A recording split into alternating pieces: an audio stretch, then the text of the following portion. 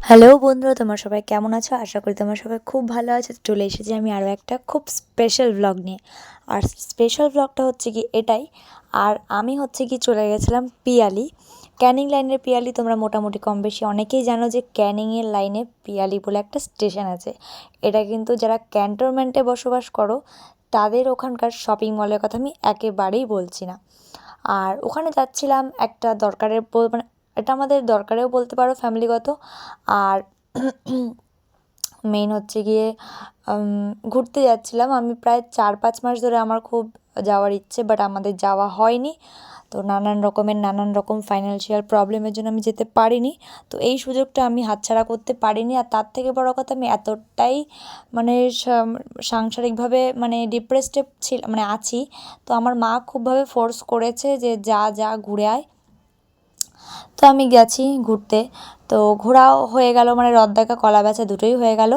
তো এই দেখো আমি এখানে শিয়ালদা স্টেশনে রয়েছি। আমাদের ক্যান্টনমেন্ট থেকে ক্যানিংয়ের একটা ট্রেন অবশ্যই 12টা কততে যায়, কিন্তু সেটা আমরা ধরতে পারিনি, দেরি হয়ে গেছে। তো ওর জন্য আমরা শিয়ালদার থেকে ট্রেন ধরেছি। আমরা সকালবেলা ব্রেকফাস্ট করে নিয়েছি শিয়ালদাতে। শিয়ালদার থেকে গেলে আমি শিয়ালদার পরোটাটা মিস করি না একদম।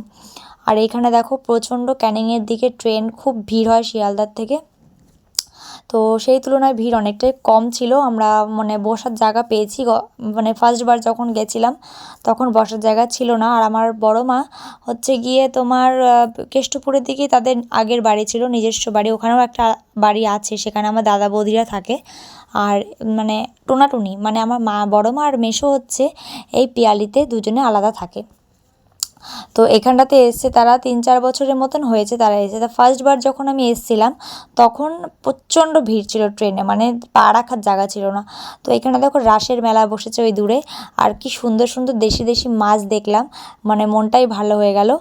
আর আমরা স্টেশনে নেমে এখন অটোতে উঠেছি। আর এখানে কিন্তু আমাদের রাস্তার বাকি খরচা বাদ দিয়ে আমাদের কিন্তু মোট এক একজনের 60 টাকা করে খরচা হয়েছে আসতে। বিশ্বাস করতে পারো, 60 টাকায় আমরা পিয়ালি চলে এসেছি। তো এইখানে দেখো আমি অটোতে রয়েছি। আর খুবই টায়ার্ড, যেহেতু মানে মানে 2.5 ঘন্টার মতন লাগলো আমাদের। তো এখন মানে অটোতে রয়েছি, আমার মেসো দাঁড়িয়ে রয়েছে। তো আমরা নেমে পড়বো। এই দেখো আমার মেসো নিতে চলে এসেছিলো আমাদের। তো ওই জন্য আমরা নেমে পড়েছি। তো তোমরা আবার দেখবে যে জায়গাটা কতটা সুন্দর। আর তার থেকে আমার মানে ওখানটাতে গিয়ে আমি জানতে পেরেছি যে আমার 2 ভাইঝি আসবে। আর আমার হচ্ছে গিয়ে এই বড় মার ঘরের বড় ছেলের ঘরে 4 ভাইঝি আমার। তো 4 ভাইঝির মধ্যে 3 ভাইঝির বিয়ে হয়ে গেছে, মানে আমি শাশুড়ি মা হয়ে গেছি। আর এক ভাইঝি এখনও অবিবাহিত। তো তাদের মধ্যে 2জন আসবে। আর 2জন সংসারে অতিরিক্ত ব্যস্ত, তো ওই জন্য তারা বেশি ঘোরাঘুরি করতে পারে না। তো ওই জন্য আসবে। আর এদের সাথে আমার দেখা হচ্ছে অনেক বছর পর, মানে সেরকম এদের সঙ্গে আমার দেখা সাক্ষাৎ অনেক দিনই হয় না। তো এইখানে দেখো আমরা হেঁটেই চলেছি। আর আমি ধানের একটা শীষ ব্যাগের মধ্যে ঢুকিয়ে নিয়েছি, খুব সুন্দর লাগছিল।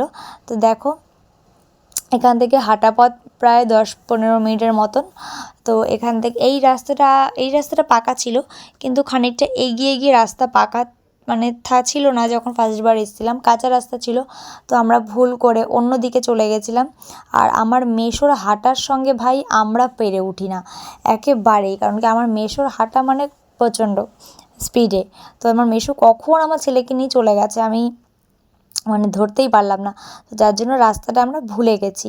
আর সত্যি বলতে বিশ্বাস করো, আমার গ্রাম খুবই ভালো লাগে। আমার গ্রামের পরিবেশ, গ্রাম জিনিসটাই আমার খুব ভালো লাগে। আর সত্যি বলতে ওইখানটাতে গ্রামেই একমাত্র মানে তোমার বিদেশে মাইন্ড ফ্রেশ করার জন্য যাওয়ার দরকার নেই। গ্রামে যদি তুমি 5 দিন থেকে আসো না, তোমার মাইন্ড এমনি ফ্রেশ হয়ে যাবে।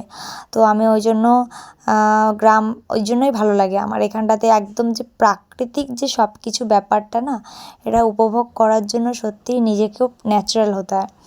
তো এই দেখো এখানে ধান গাছ, অনেক জায়গায় ধান গাছ কাটাও হয়ে গেছে।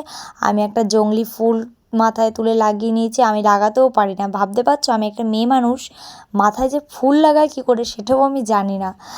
আর মাথা থেকে ফুলটা পড়েও গেছে। আর ঠিক এই মোমেন্টেই আমরা রিয়েলাইজ করলাম যে আমরা অন্য রাস্তায় চলে গেছি, আমরা অনেকটা দূর চলে গেছি, এতটা দূরে বাড়ি না। তারপর যাই হোক আমরা ওখান থেকে ব্যাক করে গলি খুঁজে আবার এলাম, যেহেতু রাস্তা পাকা হয়ে গেছিলো বলে আমরা রাস্তা বুঝতে পারছিলাম না। তো এই দেখো আমি বাড়িতে চলে এসেছি। আর এসে আমার একটা জিনিসে খুব আপসেট হয়েছিলাম, আমার বড় মায়ের বাড়ির সামনেটা তোমাদের পরে ঘুরে দেখাচ্ছি, অনেকটা জায়গা ছিল অ্যান্ড বেশ পাতানো উনুন, তার উপরে মাচা করে, মানে সুন্দর একটা গ্রাম্য পরিবেশ, উঠোন আর সুন্দর মাটির উপরে উনুন ছিল, মানে পাতানো উনুন যেটা ছিল, তার উপরে ছাউনি করা ছিল। আর কি সুন্দর রোদ্দুর পড়তো।